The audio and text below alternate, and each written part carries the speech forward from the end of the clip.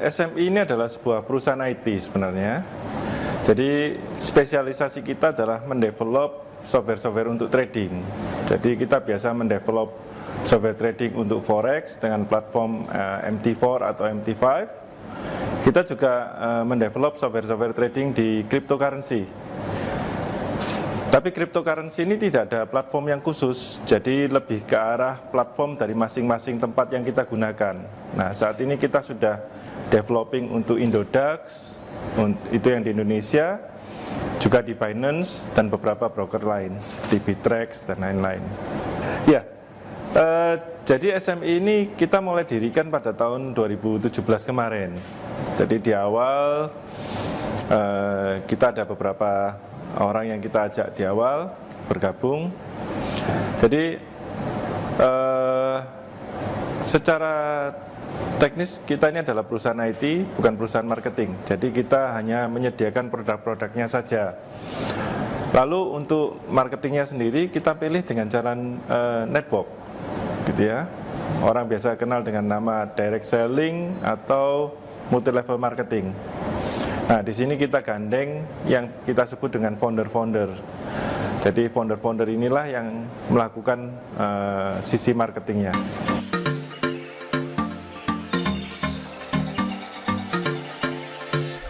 Keuntungan yang didapat dari konsumen atau pengguna atau member kita. Yang pertama adalah karena ini adalah perusahaan network, maka secara teknis pengguna ini bisa menjalankan bisnisnya. Jadi dia bisa mendapatkan hasil dari pemasarannya. Ada bonus-bonus sponsor, ada bonus generasi, ada reward dan lain-lain. Namun di sisi yang lain mereka juga bisa mendapatkan benefit dari tradingnya, gitu ya. Jadi mereka bisa mendevelop, mereka bisa belajar mendevelop software tradingnya sendiri, tentunya dengan bimbingan kita, sehingga mereka bisa menghasilkan sebuah software trading yang bisa menghasilkan profit, gitu.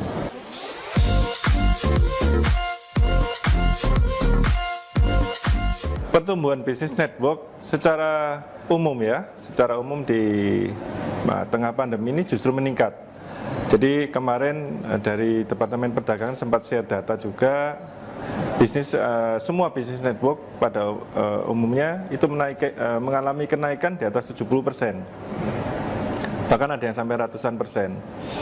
Tentunya ini dikarenakan sifat dari bisnis network ini sendiri yang cocok di masa pandemi ini. Jadi di saat orang harus working from home, WFH, kita memang dari dulunya ya sudah WFH, gitu ya. Di saat bisnis konvensional, mal-mal ditutup, restoran harus tutup, harus beralih ke pesanan online dan lain sebagainya, kita dari dulu ya memang sudah online, gitu. Di saat permodalan menjadi masalah, untuk menyusun sebuah bisnis sendiri perlu modal yang sangat besar, kita bisa dijalankan dengan modal yang relatif kecil. Jadi secara inti bisnisnya sendiri, bisnis networking ini memang amat sangat cocok sekali dengan kondisi yang ada sekarang. Sehingga di saat bisnis konvensional ini sudah tidak bisa lagi bertumbuh atau menghasilkan, justru bisnis networking ini bisa bertumbuh dengan amat sangat pesat.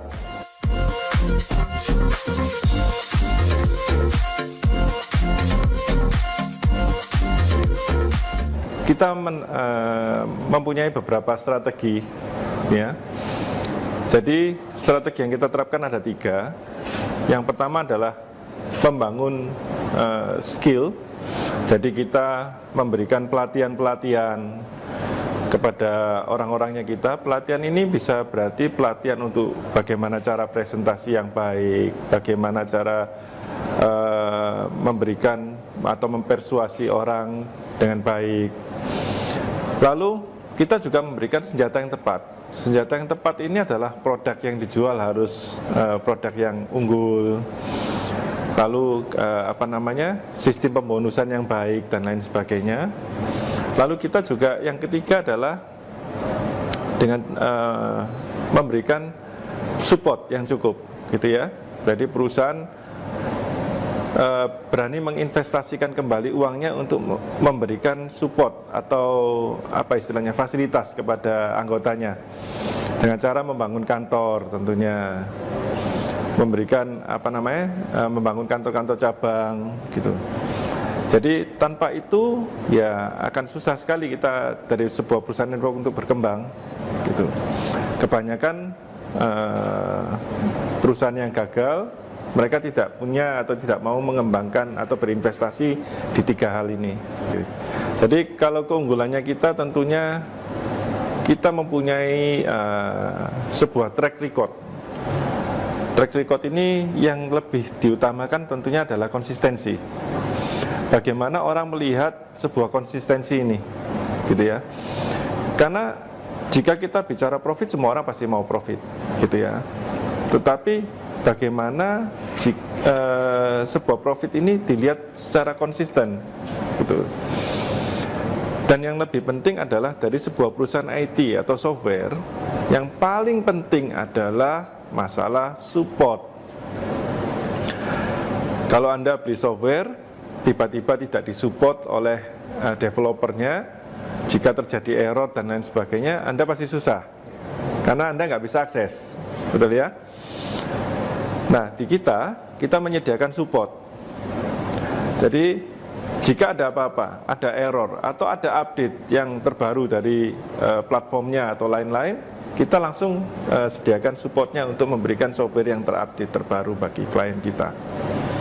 Jika kita bicara mengenai software trading dan keunggulannya, jadi software trading itu dibuat atas dasar yang pertama adalah otomatisasi. Bagaimana seseorang yang sudah ahli trading, dia bisa membuat otomatisasinya sendiri. Kadang kesulitannya kan orang ini memang sudah mengerti trading, orang ini sudah jagoan trading, orang ini punya strategi trading yang unggul, tetapi dia harus lakukan secara manual. Dia harus standby di depan komputer setiap saat mencari sebuah peluang. Ini kan nggak enak. Jadi tujuan dibuatnya sebuah software trading tentunya yang pertama adalah otomatisasi.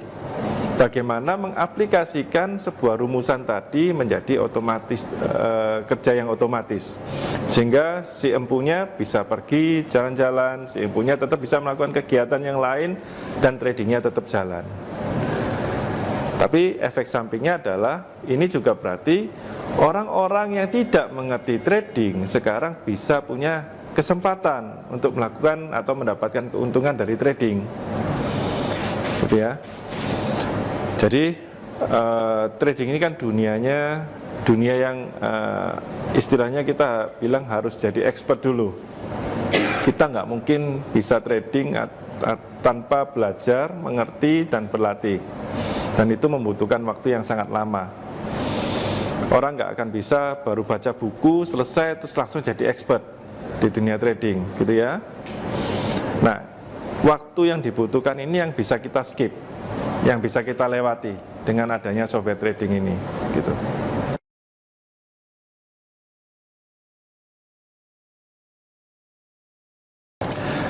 Jadi saat ini kita sendiri sudah berjalan ada di 14 negara, gitu. Termasuk Indonesia ya, salah satunya. Jadi kita dari perusahaan melihat potensi market ini amat sangat besar, tidak terbatas di satu negara saja, karena bisnis kita online. Jadi kita akan terus mengembangkan ke mancanegara. Harapannya kita bisa juga membuat bangga Indonesia ya, karena ini adalah produk lokal yang kita bisa ekspor ke luar negeri.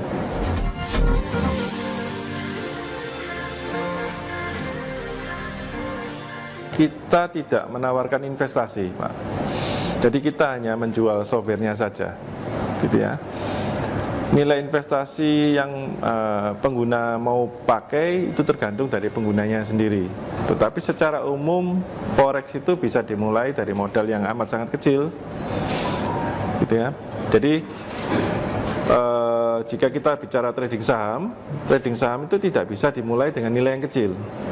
Karena kalau beli saham cuma 1 juta kan agak aneh, gitu ya. Tetapi forex, karena forex ini ada margin dan leverage yang diberikan dari platform, maka dia bisa dimulai dengan modal yang relatif kecil, mulai dari sekitaran 7,5 jutaan. Itu sudah bisa melakukan trading di forex. Tapi kalau misalnya trading di cryptocurrency, Bitcoin contohnya, modal yang dibutuhkan pasti relatif lebih besar. Jadi PT SMI ini kita bentuk bertiga, saya, Pak Semi, dan Pak Rusdi. Kebetulan kita semua adalah kawan teman kecil ya. Kita beda posisi, saya komisaris, Pak Semi adalah direktur utama, sedangkan Pak Rusdi adalah bagian IT-nya. Jadi memang kita bagi tugas untuk di PT SMI sendiri. Lalu di bawah kita punya founder-founder. Jadi founder ini adalah kepala divisi marketingnya kita. Jadi kita ada 5 founder yang ada sekarang. Ada Pak Erwin, Pak Yakob, Pak Endro, Pak Hengki yang baru saja wafat, digantikan oleh anaknya sekarang, Pak Hari, dan ada Pak Dedi. Untuk cabang di Indonesia saat ini ada di Surabaya, lalu kita ada di Denpasar, Medan, Bandung, dan Belitung. Saat ini yang masih dalam tahap renovasi adalah Batam, Balikpapan, Banjarmasin, dan satu lagi Pekanbaru. Kalau cabang kita di luar negeri, kita ada di Kuala Lumpur, ada di Phnom Penh, ada di Paris, ada di California, dan yang paling baru ada di Singapura. Harapan kita di 2021 adalah kita bisa semakin berkembang. Dan tentunya dengan semakin berkembang ini, harapan kita yang lebih khusus lagi adalah kita bisa membantu memberikan sebuah solusi bagi teman-teman di masa pandemi ini, gitu ya. Karena bisnis ini adalah bisnis yang peluangnya bagus dan bisa menghasilkan hasil yang cukup besar bagi orang-orang yang menjalankannya. Jadi tentunya ini adalah sebuah peluang ya yang kita ingin bagikan ke teman-teman untuk bisa membantu meningkatkan kesejahteraan masyarakat secara umum. Jadi sebuah perusahaan network itu tidak lepas dari yang namanya presentasi, gitu ya. Presentasi, dan presentasi. Karena kita tidak boleh memasang iklan di media massa. Itu adalah bukan ranahnya kita. Itu adalah ranah perusahaan konvensional.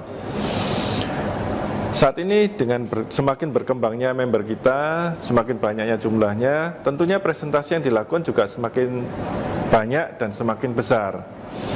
Kantor-kantor yang kita punya saat ini sudah tidak lagi mencukupi. Kita perlu sebuah tempat yang kapasitasnya lebih besar dan mungkin lebih nyaman ya untuk bisa dipakai. Selama ini kita coba dengan menyewa ruang meeting, dengan menyewa hotel dan lain sebagainya. Tetapi dengan adanya COVID dan lain sebagainya ini, itu jadi semakin sulit karena banyak pembatasan-pembatasan yang protokol-protokol yang kita tidak bisa cegah.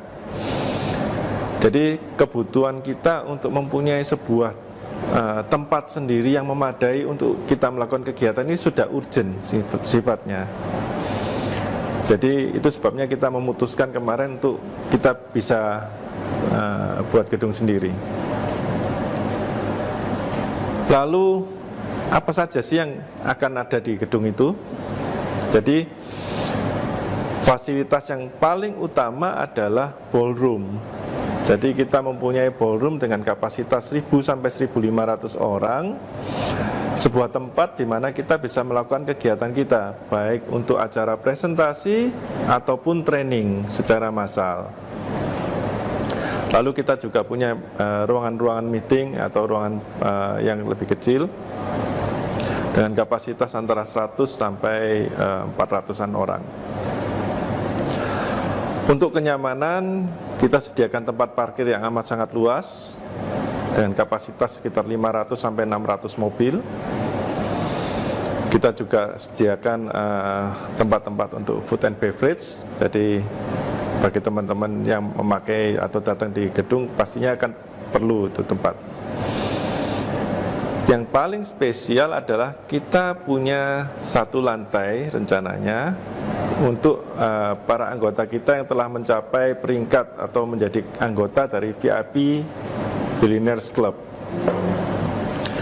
Jadi ini adalah fasilitas yang kita berikan bagi tim-tim kita yang telah mempunyai penghasilan di atas 1 miliar per bulan.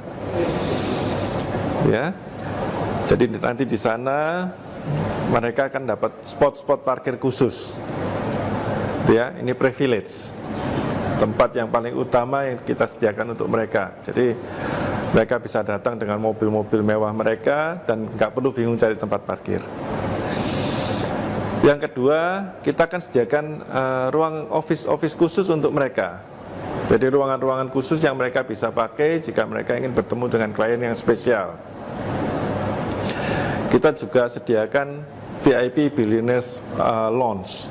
Jadi jika mereka perlu, mereka tinggal masuk ke dalam dan mereka bisa makan dan melakukan semuanya free.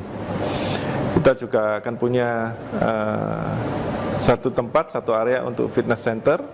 Ada kolam renangnya, mereka bisa pakai juga secara gratis, gitu ya.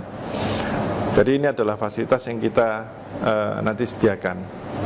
Selain akan ada beberapa ruangan lainnya. Jadi kita akan punya semacam studio mini. Jadi jika mereka atau member-member kita ingin membuat acaranya sendiri, rekaman videonya sendiri, kita punya timnya. Gitu. Dan masih banyak lagi fasilitas yang lain. Ini adalah alasan utama kita kenapa kita memilih BSD. Jadi kemarin kita mencari lahan yang cukup luas, gitu ya, lahan kosong yang cukup prestisius dan luas. Lalu yang kedua, yang temanya kira-kira sama dengan bisnis yang kita jalani. Kalau kita saat ini adalah bisnisnya IT, terus kita buka di tempat yang banyak tempat makan kan agak lucu gitu, temanya nggak nyambung. Lalu yang ketiga, kita mencari sebuah akses yang gampang. Orang yang kita undang pasti akan datang dari segala penjuru. Kita perlu akses yang gampang, yang bebas macet. Karena jika mereka harus datang dari jauh dan menempuh jalan yang macet ini, sampai ke tempat sudah BT duluan gitu. Nah, tempat yang paling cocok menurut kita adalah BSD, gitu ya. Kebetulan kemarin kita juga mendapatkan kafling dengan nomor 8 dan 9 sesuai dengan merek yang kita pakai. Jadi ini adalah sesuatu yang luar biasa. Dan yang kita yakini adalah BSD ini akan terus berkembang. BSD ini akan terus tumbuh. Dan ini juga akan menjadi sebuah investasi yang bagus untuk kita, gitu. Jadi itu sebabnya kita memutuskan ke BSD kemarin. Kita nggak akan mungkin bisa pakai semuanya. Jadi ada beberapa lantai yang mungkin nanti kita akan sewakan sebagai virtual office atau coworking space.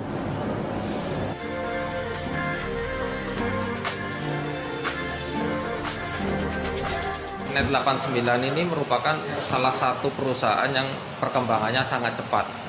Anggotanya dalam 1,5 tahun meningkat 5 kali lipat ya.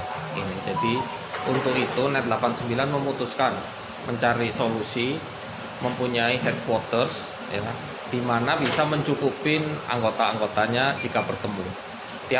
Hampir tiap hari ada pertemuan, dan ini dari ruangan Net89 sendiri awalnya boleh dibilang ini, tapi tempat yang baru 10 kali lebih besar ya ruang pertemuannya. Bukan hanya itu, untuk pertemuan lebih besar lagi ada ballroom kapasitas 1000 sampai 1500. Jadi gedung ini adalah gedung kantor yang mempunyai ballroom 1000 sampai 1500. Jadi ukuran seperti ballroom hotel bintang 5 gitu. Nah, dengan itu sungguhnya banyak komplikasi dari segi desain. Karena ballroom memerlukan pertama banyak parkir.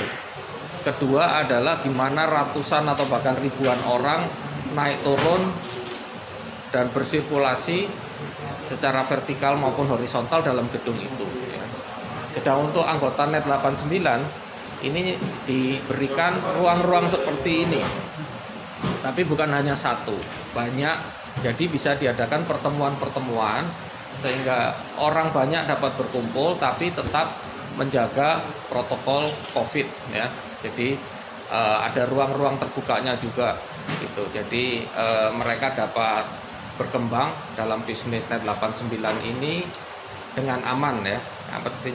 Yang penting sekarang dengan tetap menjaga protokol kesehatan.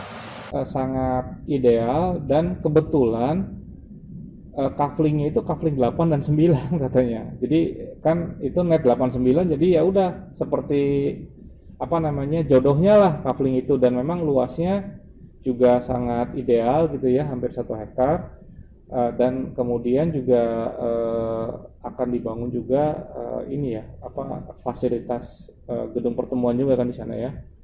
Dan saya rasa sih dengan kehadirannya SMI cukup bagus. Kenapa? Karena ini membuktikan bahwa BSD merupakan jadi tempat favorit untuk kantor-kantor ya, untuk kantor-kantor untuk pindah kemari, terutama karena CBD-nya kita yang sangat baik infrastrukturnya, dan juga secara lingkungan atau secara pembangunan environment-nya itu kan sangat green ya. Jadi orang melihatnya bahwa kapan lagi kalau di Jakarta kan padat, polusi segala macam. Kalau di kita kan tanda kutip lebih nyaman, lebih hijau, lebih sehat gitu ya secara lingkungan, dan orang juga mungkin karyawan-karyawannya bisa lebih happy lah di sini. Di lokasi ini, di coupling 8 dan 9, dengan seluas 8.000 meter persegi, kita akan segera bangun NET 89 Tower.